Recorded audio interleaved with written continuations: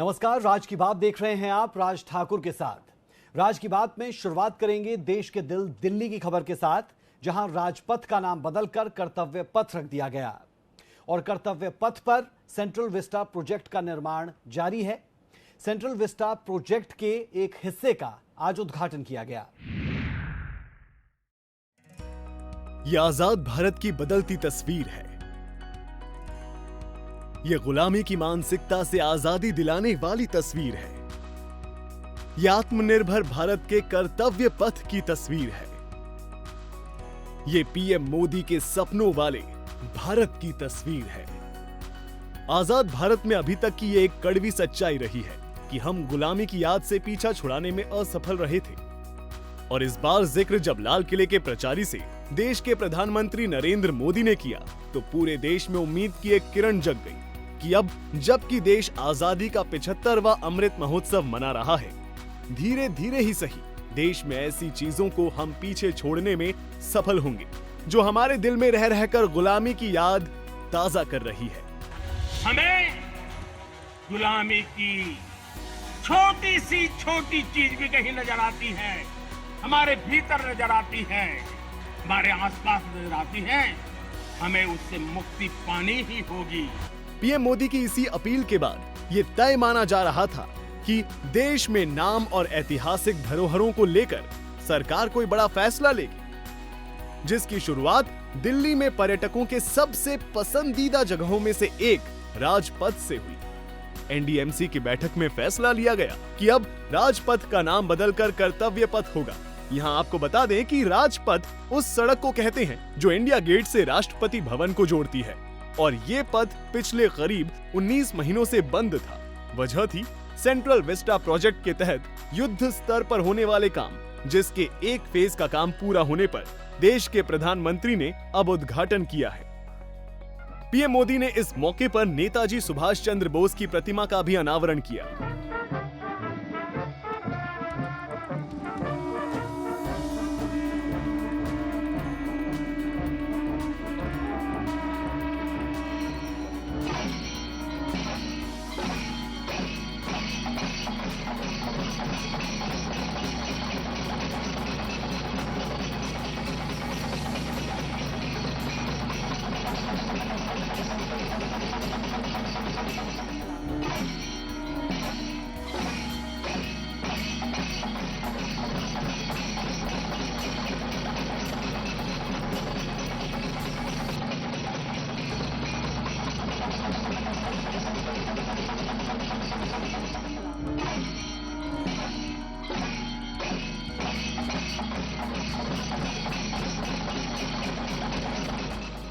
इसे उसी जगह स्थापित किया गया है जहां इस साल की शुरुआत में पराक्रम दिवस के मौके पर नेताजी की होलोग्राम प्रतिमा का अनावरण किया गया था।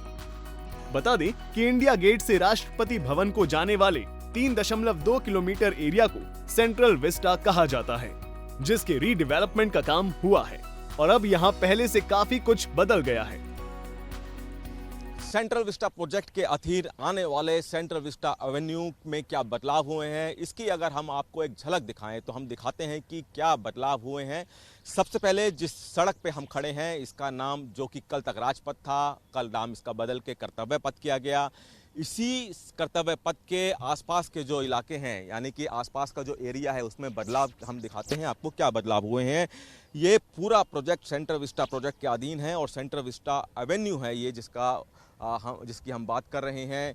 ये हम अगर आपको दिखाएं, ये पैदल पथ है जिसमें कि पहले लाल रेत हुआ करती थी, लेकिन अब यहाँ पे टाइल लगाई गई है, यानी कि टाइलों का यहाँ पे इंतजाम किया है ताकि जो लोग पैदल चलें उनको पैदल चलने में किसी तरह की दिक्कत ना हो। सीढ़ियों की बात की जाए तो सीढ़ियाँ यहाँ पहले भी थी, लेकिन उनकी हाइट पहले ज़्यादा हुआ करती थी, उनकी हाइट को कम किया गया है ताकि कोई भी यहाँ पे आराम से बैठ सके। यहाँ के डिज़ाइन में बदलाव किया गया है।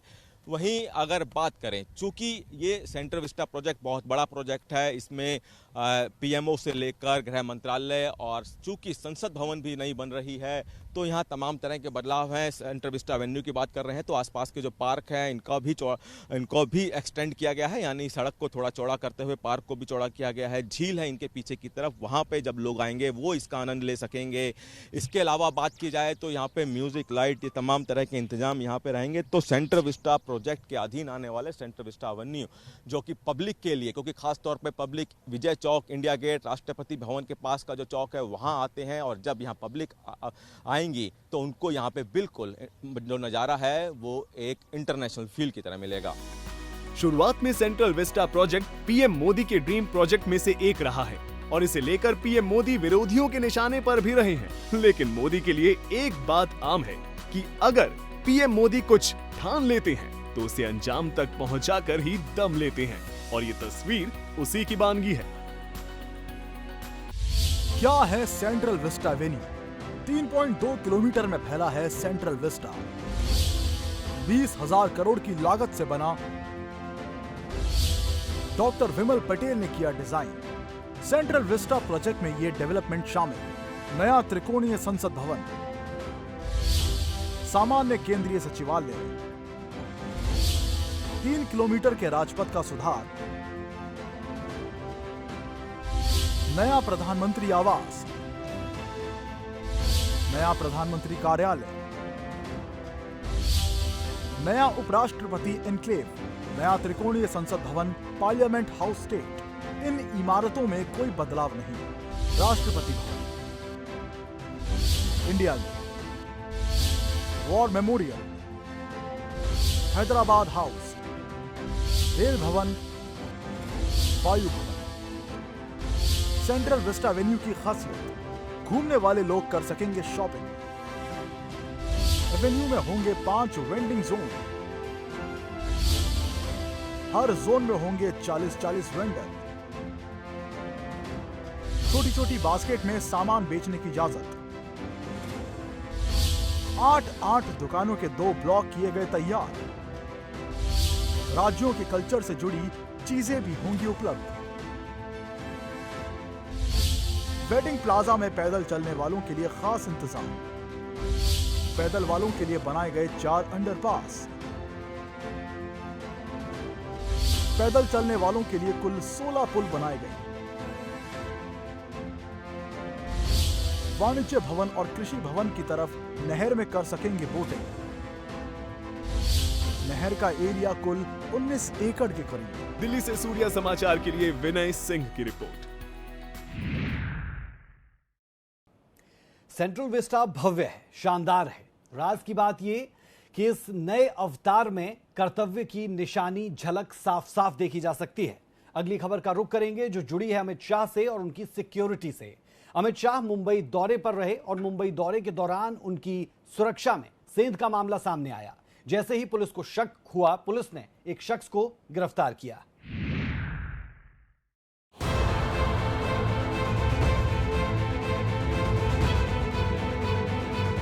देश के अंदर कड़ी सुरक्षा के घेरे में रहने वाले शख्सियतों की भी सुरक्षा में अगर सेंध लग जाए फिर क्या कहना। ताजा मामला देश के गृह मंत्री के मुंबई दौरे से जुड़ा हुआ है। दरअसल हाल ही में मुंबई के दौरे पर पहुंचे अमित शाह की सुरक्षा में चूक का मामला सामने आया है। जानकारी के मुताबिक एक शख्स काफी देर तक शाह के बिल्कुल करीब घूमता दिखा। सूत्रों के मुताबिक अनजान शख्स आंध्र प्रदेश के एक सांसद का पीए बताया जा रहा है, जिसे मुंबई पुलिस ने गिरफ्तार करके 1 हफ्ते के लिए कस्टडी में ले लिया है। पकड़ा गया संदिग्ध मुंबई के मालाबार हिल में स्थित डिप्टी सीएम देवेंद्र फडणवीस के आवास पर गृह मंत्री अमित शाह की यात्रा के दौरान नजर आया था। पकड़े गए संदिग्ध हेमंत पवार की उम्र 32 साल है। उसके हाथ में गृह मंत्रालय का बैंड भी था। हालांकि उस बैंड को पहनने का उसे कोई अधिकार नहीं था। पूरा मामला अमित शाह के 2 दिवसीय मुंबई दौरे का है, जब शाह बीएमसी चुनाव को लेकर बैठक करने पहुंचे थे। इस दौरान शाह महाराष्ट्र के मुख्यमंत्री एकनाथ शिंदे और उप मुख्यमंत्री देवेंद्र फडणवीस के आवास पर भी गए थे।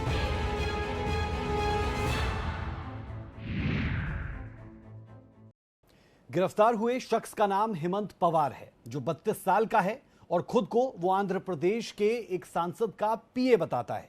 राज की बात यह कि पुलिस को शक जरा देरी से हुआ। और अब एक ऐसी खबर जिसे सुनने के बाद कई सवाल उठते हैं। याकूब मेनन की कब्र को फूलों से सजाया जा रहा है, याकूब मेनन की कब्र को रोशन किया जा रहा है, उस पर लाइटिंग की जा रही है। यह सब कुछ क्यों हो रहा है, वो भी एक ऐसे शख्स के लिए जो मुंबई धमाकों का दोषी रहा है। रिपोर्ट देखें।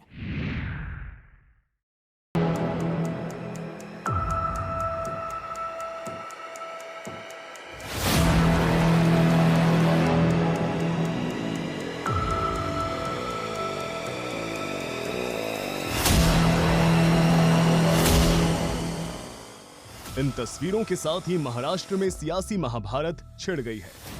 पहले जरा इन तस्वीरों को देखिए, फिर आपको सियासी संग्राम की वजह भी बताएंगे। दरअसल ये तस्वीरें हैं याकूब मेमन के कब्र की। वही याकूब मेमन जिसने देश के दुश्मनों के साथ मिलकर मुंबई को दहला दिया था।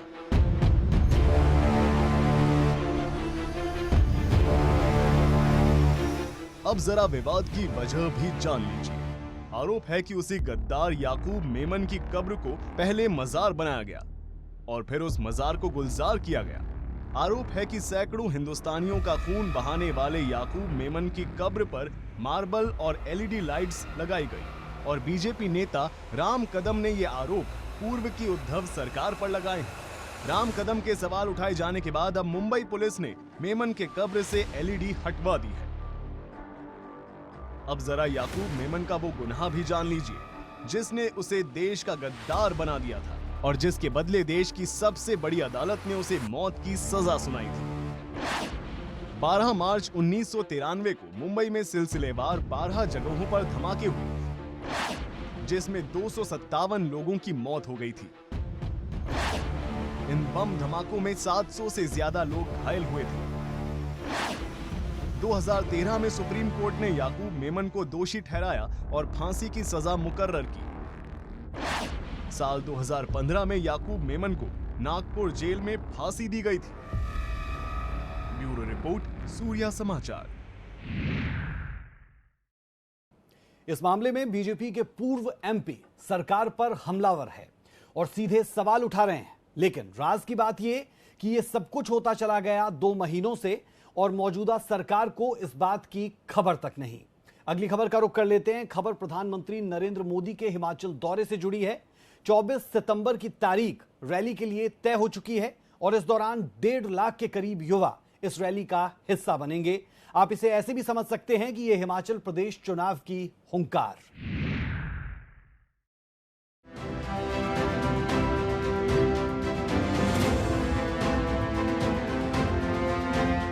हिमाचल प्रदेश का सियासी अखाड़ा सज चुका है।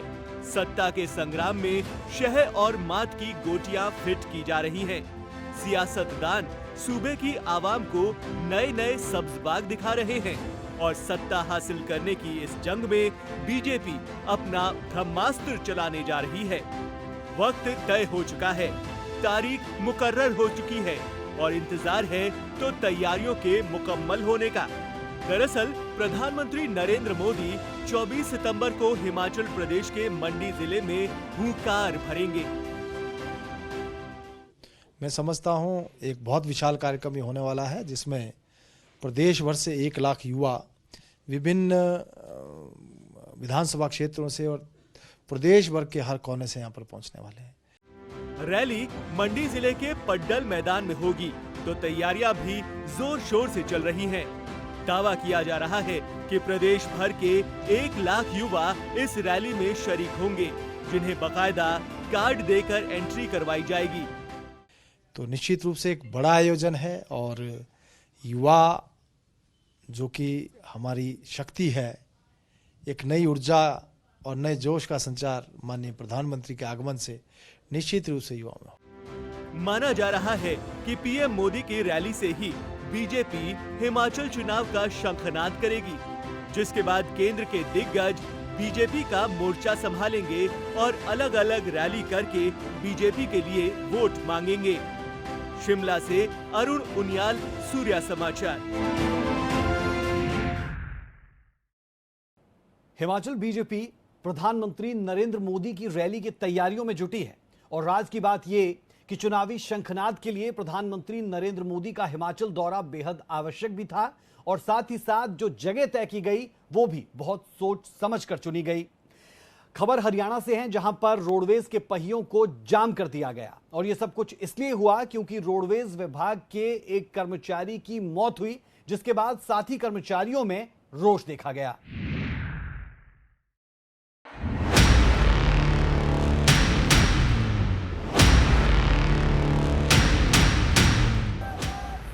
पूरे हरियाणा में रोडवेज के कर्मचारियों ने चक्का जाम कर दिया है, जिसकी वजह से लोगों को काफी परेशानी का सामना करना पड़ रहा है। बता दें कि हरियाणा परिवहन के कर्मचारी जगबीर सिंह की रोड रेज में मौत हो गई थी, जिससे आक्रोशित कर्मचारियों ने प्रदर्शन करने की ठानी और कर्मचारियों ने सूबे के सभी जिलों में प्रदर्शन करना शुरू किया। हम 6 तारीख को सोनीपत राई के पास हमारा रोडवेज का एक साथी को थार जीप वालों ने कुचल दिया था। कंडक्टर घायल है, चालक वहीं मौके पर ही एक्सपायर हो गया था और प्रशासन ने हम उस टाइम हमें कहा था कि आप 24 घंटे में अरेस्ट कर लेंगे, परंतु दुर्भाग्य की बात यह है कि अरेस्ट करना दूर, उनके खिलाफ हत्या का मुकदमा भी दर्ज नहीं किया गया। हमारी डिमांड यही है, जो उसको जो परिवार को जो हमारा भाई चला गया, जगबीर चला गया, वो हादसे में चला गया ठार गाड़ी से। पहले तो हमारा ये शक था कि ये शंका होगी, अब उस पर जो 302 का 307 का मुकदमा दर्ज करे ना, मैं इसमें बहुत बड़ी राजनीतिक का खेल चल रहा है, वो पकड़े जाए। और जो हमारा जो साथी जगबीर गया है उसके परिवार से रोजगार मिले, और जो तालमेल कमेटी का जो आज 1 बजे बताऊँ वार्ता है, उसमें क्या निर्णय होता है उसके अनुसार हम। तो अभी आज आप लोगों ने चक्का जाम का आह्वान किया है, तो आगे भी क्या ये जारी रहेगा? ये तो जब तक उसको न्याय नहीं मिलेगा, चाहे हमने 2 दिन हो जाए, चाहे 10 दिन हो जाए, चाहे 15 दिन हो जाए, हम तो न्याय दिलवा करके इस दरी से उठेंगे, वैसे नहीं उठेंगे। बता दें कि 3 दिन पहले हुई रोड रेज में मौत और उसके बाद आरोपी की गिरफ्तारी न होने की वजह से कर्मचारियों ने प्रशासन के खिलाफ हल्ला बोल दिया है। कर्मचारियों की मांग है कि मृतक के परिवार को 50 लाख रुपए और घायल को 10 लाख रुपए का मुआवजा दिया जाए। इसके साथ ही कर्मचारियों ने हिदायत देते हुए कहा कि अगर जल्द से जल्द आरोपी की गिरफ्तारी नहीं हुई तो ये हड़ताल ऐसे ही जारी रहेगी। हमारी सरकार से यही गुजारिश है कि हमारा चालक भाई जिसका थार गाड़ी के साथ एक्सीडेंट किया गया है, उसके हथियार अभी तक खुले हम घूम रहे हैं, उसके परिवार को इंसाफ ना मिलने की वजह से उसके बेटे ने जहर खा के आत्महत्या कर लिया है। तो ये एक बहुत बड़ी घटना है। आने वाले समय में किसी भी चालक साथी या किसी के साथ भी कुछ भी हो सकता है। तो अतः हमारी सरकार से यही गुजारिश है कि हमें इंसाफ दिलवाया जाए। सर, हम तो यही सरकार से अपील करते हैं भी जितने से जितना जल्दी हो सके इनको जो ये वारदात की है इनको पकड़कर इनको कड़ी से कड़ी सजा दी जाए। तो सारी बसें बंद हैं आज? हाँ सर, पूरा हरियाणा बंद है। पूरा हरियाणा शौक है, हड़ताल नहीं है, ये मतलब विरोध है जी। कर्मचारियों का विरोध प्रदर्शन प्रदेश के हर जिले तक पहुंच चुका है, जिसमें गुरुग्राम, हिसार, रोहतक, सोनीपत, पानीपत, चरखी दादरी समेत कई जिले शामिल हैं, जिसकी वजह से लोगों को काफी परेशानी का सामना करना पड़ रहा है। सूर्या समाचार के लिए ब्यूरो रिपोर्ट।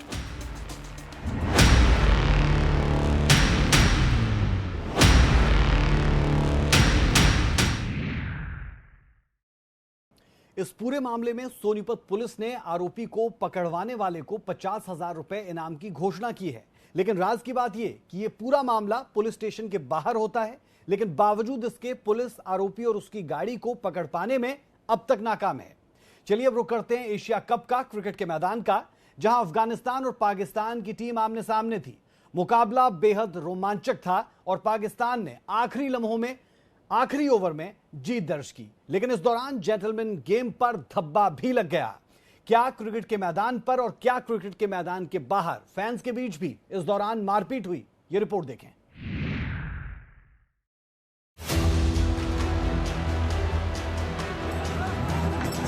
ये खेल के मैदान की सबसे बड़ी खता है।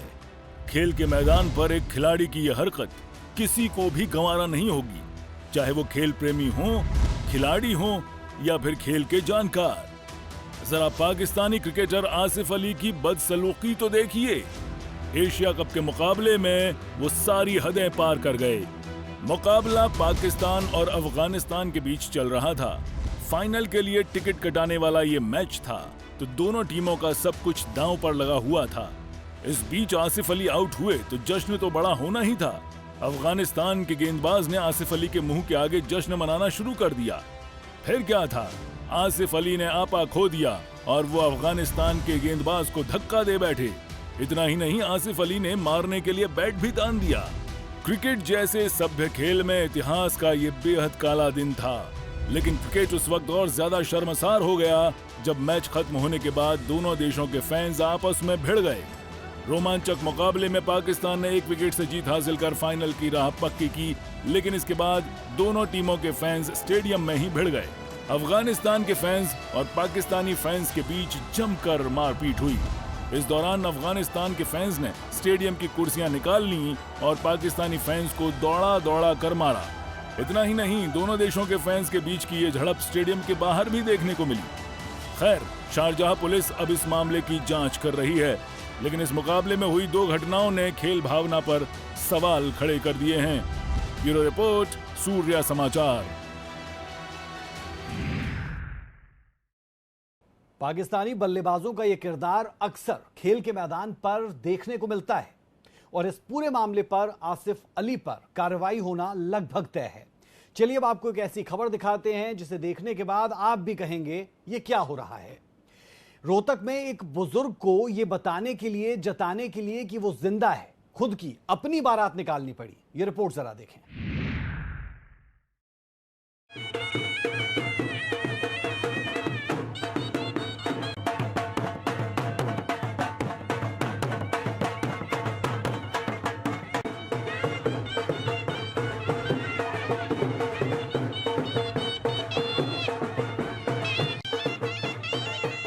ये किसी शादी की बारात नहीं, ये यादों की बारात नहीं। बारात की ये बात सिस्टम की बेरुखी और विश्वासघात से जुड़ी है। ये ढोल की थाप, ये नाच गाना, ये संगीत का तराना, सब के सब जिंदा रहने के सबूत हैं उस शख्स के जिसे कागजों की बिसात पर मार दिया गया। वही बुजुर्ग अपने जिंदा होने का सबूत लेकर निकला है। वो कह रहा है, प्रत्यक्ष को प्रमाण की क्या जरूरत है, मैं जिंदा हूं, देख लो, एहसास कर लो, अभी तो मैं जिंदा हूं। वो कह रहा है, ना तो मैं रूह हूं, ना मैं साया हूं, देखो मैं तो चलकर आया हूं, क्योंकि मैं अभी जिंदा हूं। वो अपने जिंदा होने की दुहाई दे रहा है, फरियाद कर रहा है, अभी जिंदा हूं तो जी लेने दो और जिंदगी गुजारने के लिए सरकारी मदद तो लेने दो। रोहतक के 102 साल के दुलीचंद 6 महीने तक असल जिंदगी में भी जिंदा थे और रोहतक के सरकारी रिकॉर्ड में भी। लिहाजा उम्र के इस पड़ाव पर जिंदगी गुजारने के लिए पेंशन के रूप में सरकारी मदद मिल रही थी। लेकिन अब 6 महीने हो गए हैं और उन्हें पेंशन नहीं मिल रही है। 102 साल के दुलीराम ने जब दफ्तरों के चक्कर काटे तो पता चला कि वो तो जिंदा होकर भी जिंदा नहीं है और अब वो अपने जिंदा होने के सबूत और गवाह लेकर घूम रहे हैं कि कोई तो यकीन करेगा।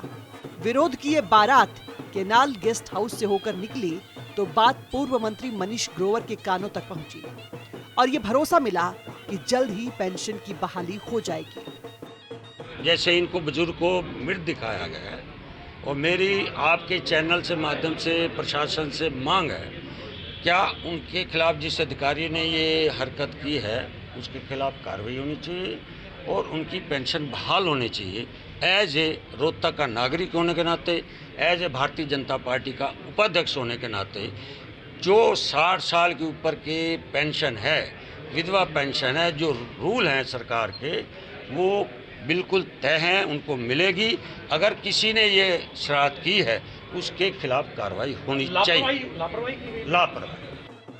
अब जरा साहब की भी सुन लीजिए, गड़बड़ झाले की वजह भी जान लीजिए, क्योंकि कागज पर जिंदगी और मौत की स्याही सरकारी महकमों के साहबों की कलम से ही निकलती है।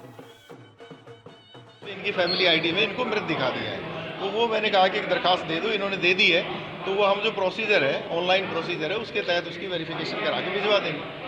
ये है जी। देखो वो किसी ने करेक्ट कराया होगा, फैमिली मेंबर ने फार्म दिया होगा, क्योंकि जो पहली फैमिली आईडी है, ठीक है, उसमें वो जिंदा है। तो करेक्शन का प्रोसेस है ना, कि जैसे आपकी शादी हो गई, परिवार में कोई दुर्घटना हो गई, कोई नौकरी लग गया, इनकम बढ़ गई, तो वो करेक्शन का प्रोसेस है, वो आप अपडेशन या करेक्शन गई है, तो वो कैसे हुआ है वो देखना पड़ेगा। तो अब ये जिंदा है तो रीवेरिफिकेशन होगी। रीवेरिफिकेशन के बाद इनका, क्योंकि जिंदा है हमने भी देखा है, तो ये चली जाएगी PPP में, ठीक हो गई। इसके बाद PPP के आधार पे फिर इनकी पेंशन शुरू हो जाएगी। ये किस्सा सिर्फ रोहतक के दुलीचंद का ही नहीं है। न जाने ऐसे कितने लोग सिस्टम के सताए हुए होते हैं, जिन्हें लापरवाही की कलम उनके हक से महरूम कर देती है। रोहतक से दीपक भारद्वाज, सूर्या समाचार।